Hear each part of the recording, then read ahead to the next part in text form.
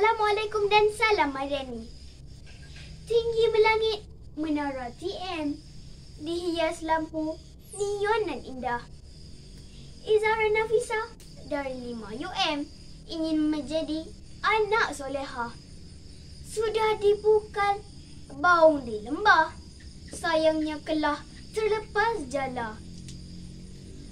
Madah diungkap dan dipersembah. Dengan bismillah saya bermula. Di sini saya akan berkongsi tentang buku yang saya telah baca, iaitu Keindahan Asmaul Husna. Dikarang dan diterbitkan oleh Darul Mughni Trading.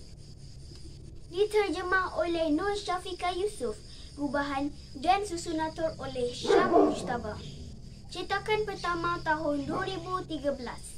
Buku ini mengandungi 144 muka surat. Buku ini menceritakan tentang 99 nama Allah Subhanahu wa Ta'ala yang merangkumi maksud dan penerangan yang lengkap.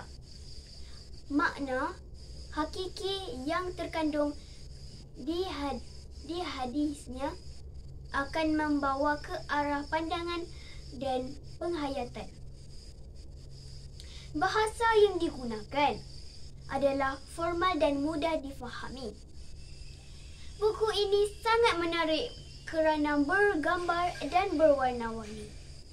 Nilai murni ialah semakin kita memahami Asmaul Husna, maka semakin kuat iman yang akan terbentuk di dalam diri. Sekian, terima kasih.